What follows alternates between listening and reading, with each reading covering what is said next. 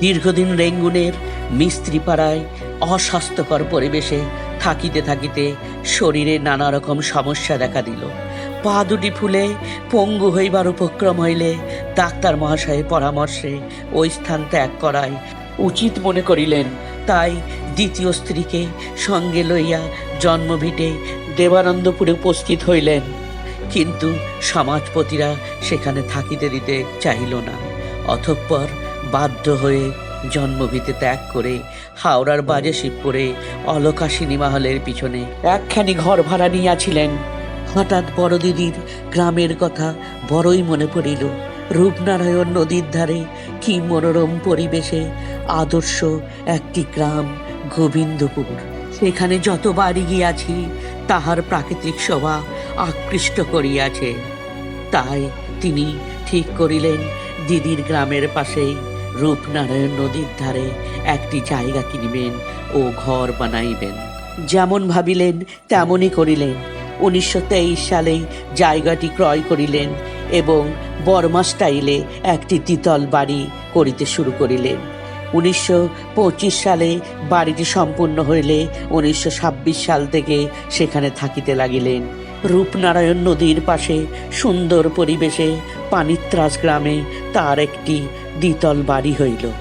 কিন্তু নিজে ব্রাহ্মণ হয়ে সমাজের নিচু জাতিদের সঙ্গে মেলামেশা করার জন্য সমাজপতিরা তাহাকে এখানেও এক ঘরে করিয়া দিল। কিন্তু তিনি দম্বার পাত্র নন। 8টি ঘর লইয়া একটি নতুন গ্রাম স্থাপন করলেন, যে গ্রামটির নাম দিলেন সামতাবের। আশা করি আপনারা সকলেই এতক্ষণে বুঝে গেছেন আজ আমি আপনাদের কোথায় নিয়ে এসেছি। হ্যাঁ, সামতাবের গ্রাম, যা হাওড়া জেলার দেউলটি স্টেশনের কাছে অবস্থিত। আর এখানেই অবস্থিত শরৎ স্মৃতি মন্দির, যা বিখ্যাত কথা সাহিত্যিক শরৎচন্দ্র চট্টোপাধ্যায় মহাশয়ের বসত বাড়ি। এখানেই তিনি 1926 থেকে 1938 সাল পর্যন্ত দীর্ঘ 12 বছর এই বাড়িটিতেই কাটিয়েছিলেন।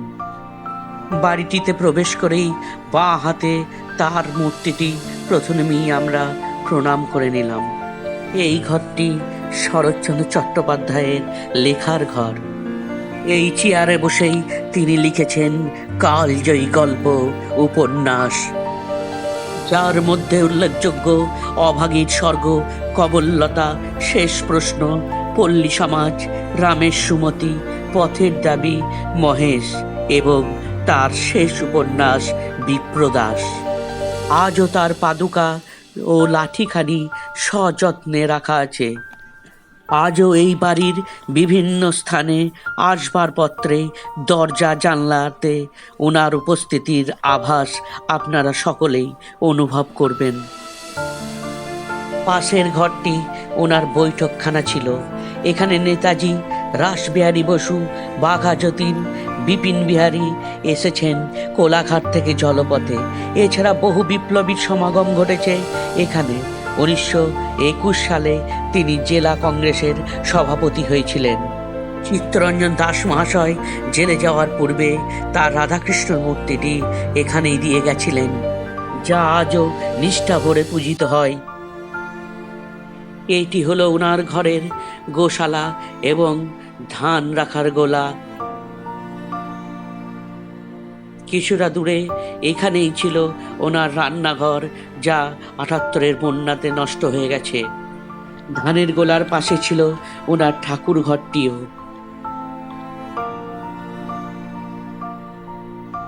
দুতলায় এইটিই ছিল ওনার শয়ন কক্ষ, যেখানে আলো বাতাস যথেষ্ট পরিমাণে থাকত এবং যার জানলা দিয়ে সর্বদাই রূপনারায়ণ নদীকে দেখা যেত। ওনার মৃত্যুর পর ওনার দ্বিতীয় স্ত্রী হিরণময়ী দেবী এই ঘরেই থাকতেন দীর্ঘ 23 বছর। বাড়ির আনাচে কানাচে রয়েছে কত না স্মৃতি, কত না বিশিষ্ট ব্যক্তির পদধূলি পড়েছে এই বাড়িতে। ওই দূরে দেখা যায় তার ধানের গোলাটি, যা বাঁশ এবং মাটি দিয়ে তৈরি। পাশে ছিল একটি ঠাকুর ঘর।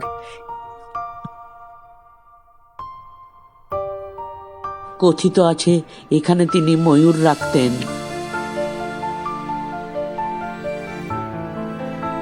ভাবতে অবাক লাগে দেবদাসের স্রষ্টা এখানেই বসে থাকতেন।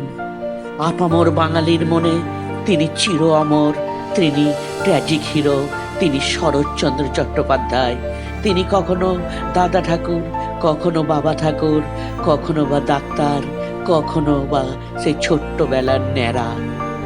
বাঙালি জাতি যতদিন থাকিবে আপনিও ততদিন থাকবেন। 1895 সালে মা মারা গেলে তিনি সন্ন্যাস গ্রহণ করে ঘুরে বেরিয়েছেন চারিদিক, এবং 1903 সালে আবার ফিরে এসেছেন ভাগলপুরে পিতৃবিয়োগের জন্য। এই হলো ওনার 100 বছরের পুরানো ঘড়ি। ওনার বসার চেয়ার, এখানেই উনি হোমিওপ্যাথির চিকিৎসা করতেন এবং ওনাকে গ্রামের লোকে ডাক্তারবাবুও বলতেন। রামের সুমতি গল্পে পেয়ারা গাছটি এখানেই ছিল। এই হলো বাড়ির সামনের সেই পুকুরটি, যেখানে কার্তিক ও গণেশ নামে দুটি রুই মাছ ছিল, যার নাকে নোলক পরানো ছিল এবং উনি ডাকলে তারা সাড়া দিত। এদের কথাও আমরা রামের সুমতিতে পেয়ে থাকি। আমি সমস্তই দেখিলাম, সমস্ত বুঝিলাম, যে গোপনেই আসিয়াছিল তাহাকে গোপনেই যাইতে দিলাম। কিন্তু এই নির্জন নিশীতে সে যে তাহার কতখানি আমার কাছে ফেলিয়া রাখিয়া গেল তাহা কিছুই জানিতে পারিল না। এটি হলো বিখ্যাত কথা সাহিত্যিক শরৎচন্দ্র চট্টোপাধ্যায় মহাশয়ের সমাধিস্থল। ওনার চিতাভস্ম এনে এই সমাধিটি করা হয়েছিল।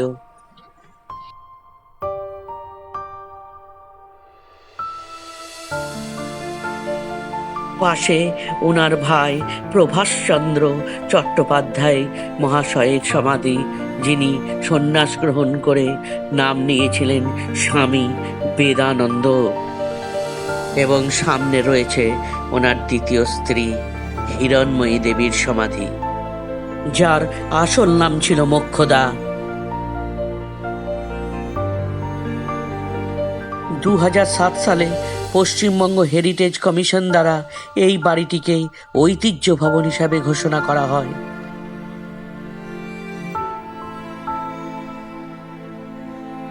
সংসারে যারা শুধু দিলে কিন্তু পেল না কিছুই, যারা দুর্বল, উৎপীড়িত মানুষ হয়েও মানুষ যাদের চোখের জলের কখনো হিসাব নিল না, নিরুপায় দুঃখময় জীবনে যারা কোনোদিন ভেবেই পেলে না সমস্ত থেকেও কেন তাদের কিছুতেই অধিকার নেই, তাদের বেদনাই দিল।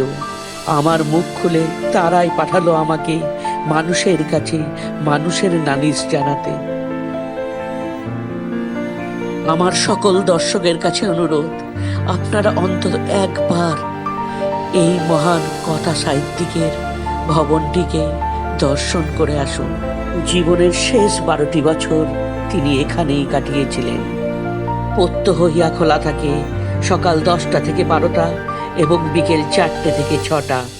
এছাড়াও এখানে আপনারা দর্শন করতে পারেন বিরাম কালী মন্দির, মদনমোহন গোপালের মন্দির, রূপনারায়ণ ভিউ পয়েন্ট। এরকম ভিডিও পেতে আমার চ্যানেলটিকে সাবস্ক্রাইব করুন, শেয়ার করুন এবং কমেন্ট করুন। নমস্কার সকলকে।